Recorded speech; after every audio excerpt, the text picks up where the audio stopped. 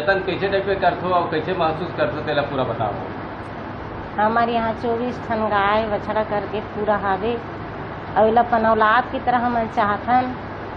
और सुबह हमन सोक उठबो तिकर गोबर कचरा करबो, फिर एकर लिए दाना चुनी मोथन।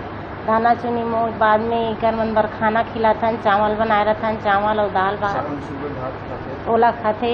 ओकर बाद में फिर अपन औलाद असन चाहथन और एकर मन बर पूरा बिस्तर लगा के हमन सोथन, खुद साथ में सोथन हमन।